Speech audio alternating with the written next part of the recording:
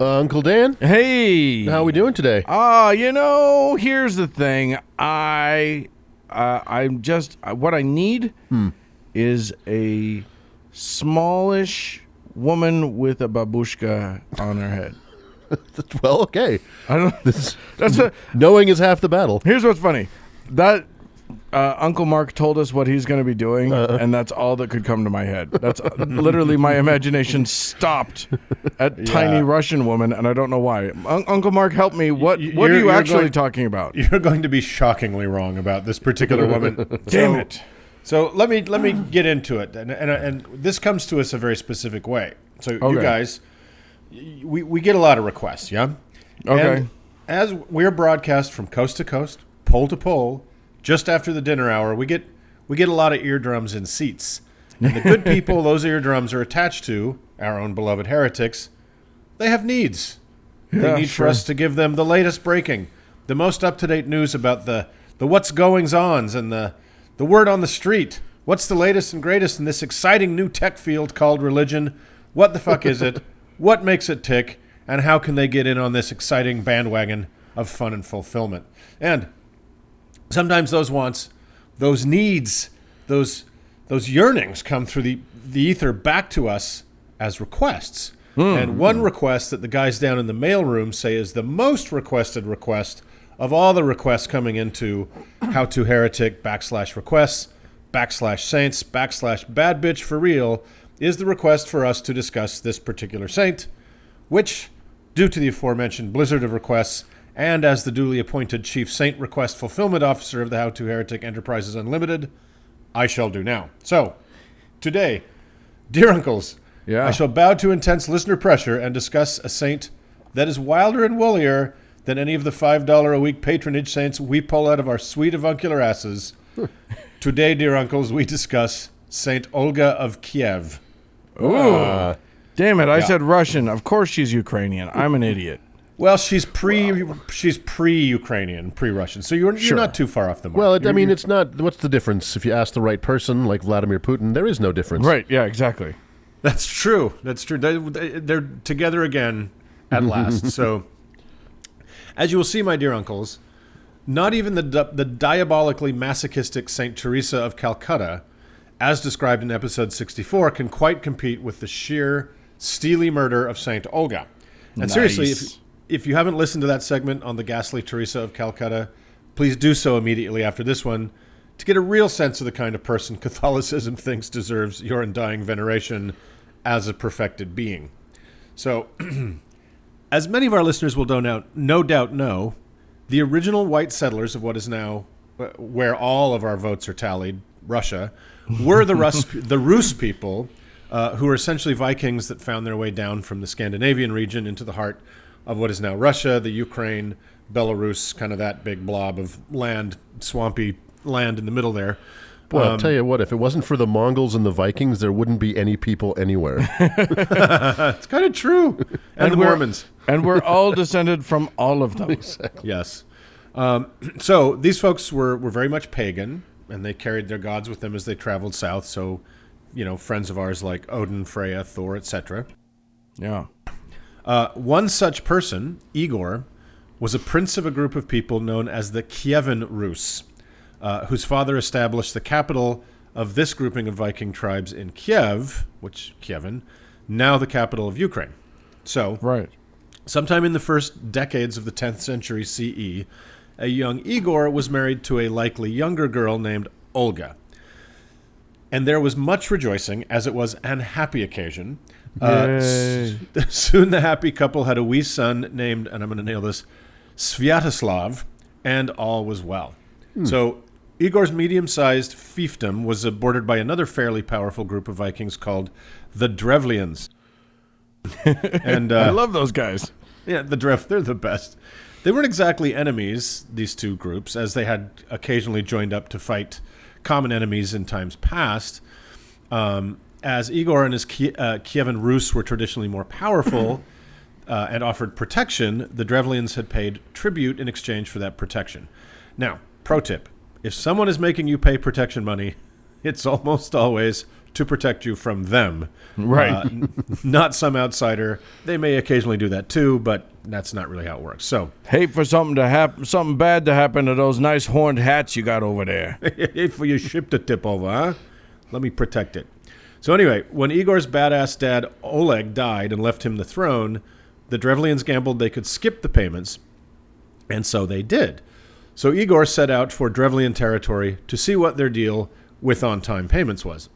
So, when he got there, not only did the Drevlians refuse payment, they fucking murdered Igor by pulling down 2 trees, tying 2 of his limbs to each one, then slashing the lines holding the bent trees to the ground, tearing him asunder, and no doubt providing the inspiration for M. Night Shyamalan's taut 2008 Mark Wahlberg smash hit thriller, The Happening, in which the trees of Earth convince us all to kill ourselves.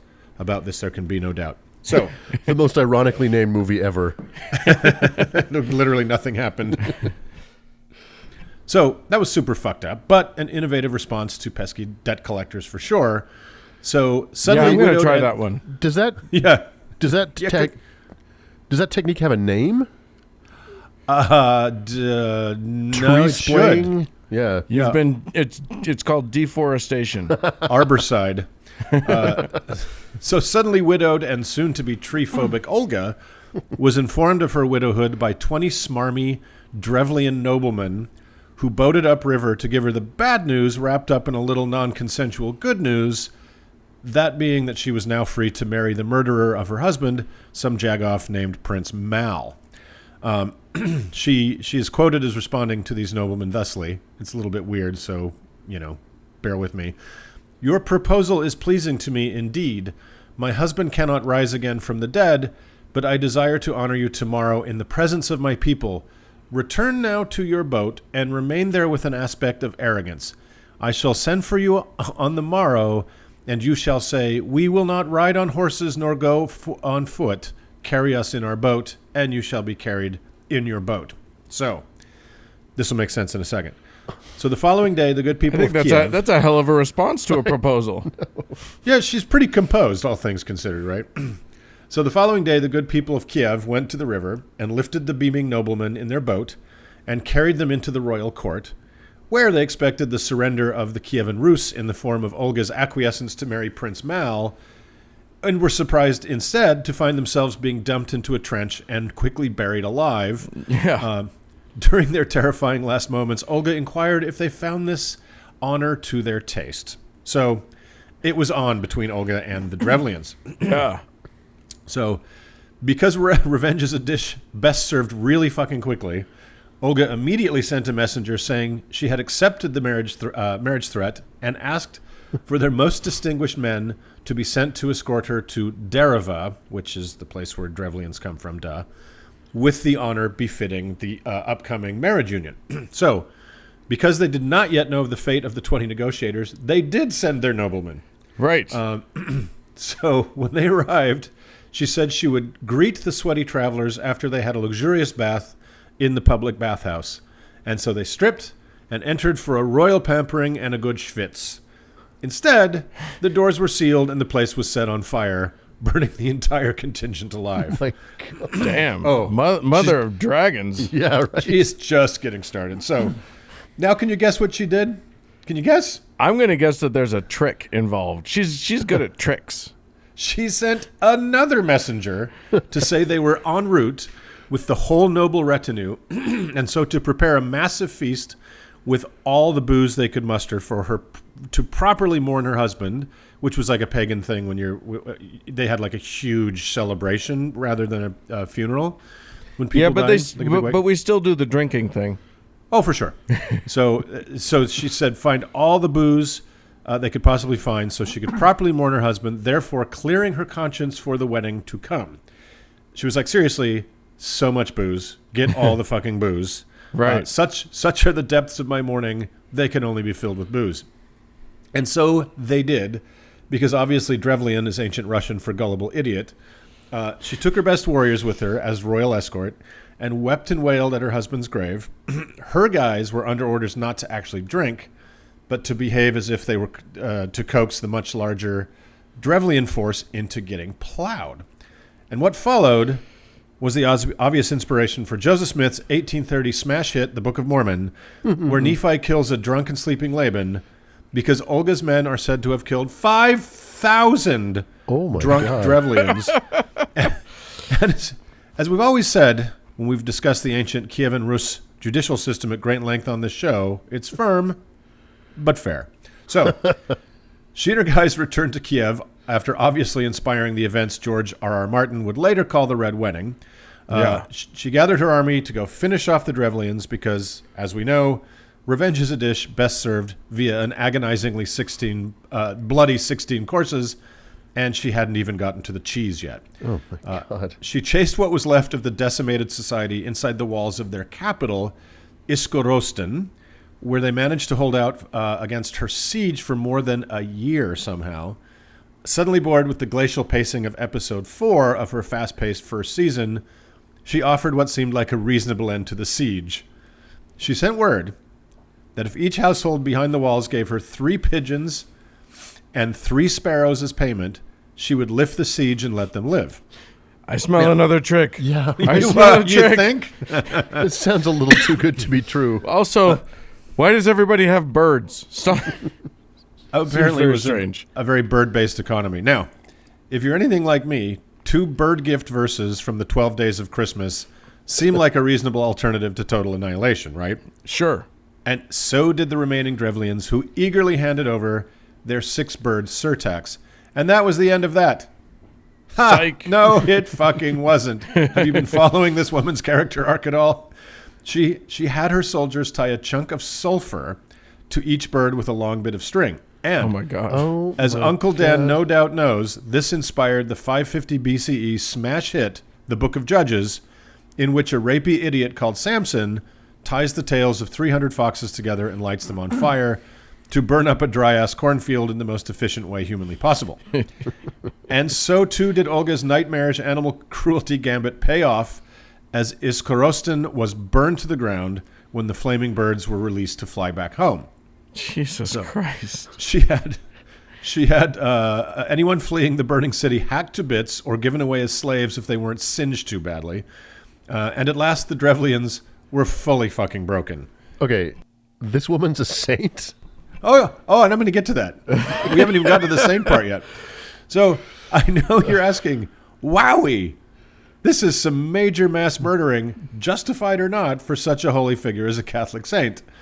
And if you know anything about religion generally, the Old Testament at all, or just Catholicism specifically, a huge body count derived from horrendous suffering is more than enough to get you a book under your own name. Yeah. Or at very least a sainthood. Huh. But is that why war queen par excellence Olga of Kiev is a saint in both the Eastern and Western churches? Nope, it's not. She's a saint because in 957, she went to Constantinople and decided to become a Christian.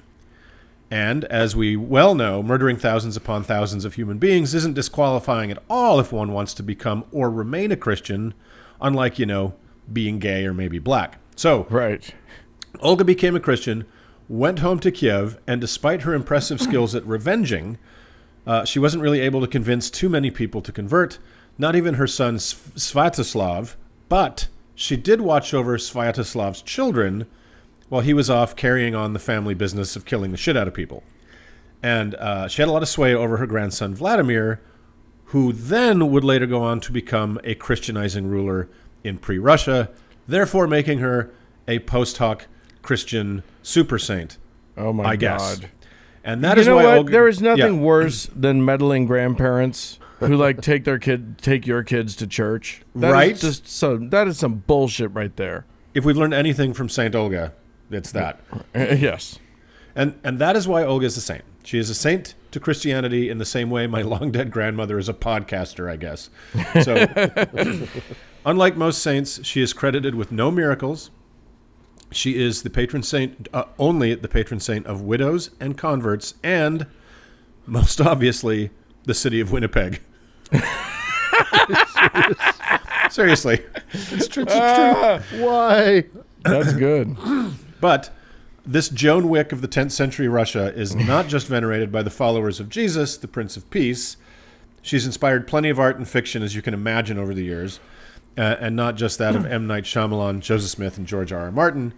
She also inspired a conceptual album by French metal band Gorod called A Perfect Absolution, released in 2012.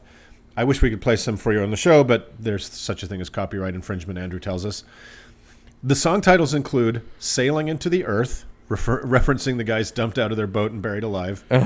5,000 at the Funeral, for obvious reasons, and Birds of Sulfur, commemorating her incendiary bird incident. And it's actually pretty amazing, like super virtuosic music if you're into high-speed raging metal, which I am ever since I read about Olga, the Widow from Hell. Yeah. So keep those requests coming in, heretics. The lines are open. That is the story of that little babushka Dan mentioned from Russia. Gotta love it. Don't fuck with Olga. I Do not. Jesus. Well, thanks for that. I'm now eager to visit. I mean, between that and me having finished Chernobyl, I am super stoked to go to Eastern Europe now. So Yeah, the Ukraine's where it's at. let's. I think right. technically she killed more people than Chernobyl. She did. She Yeah, very maybe. much did. But Chernobyl, give it time. It's still Chernobyl going. was a reactor, and I think Olga was an overreactor. Boo. She was proactive, not reactive. All right, let's move on. All right, let's move on.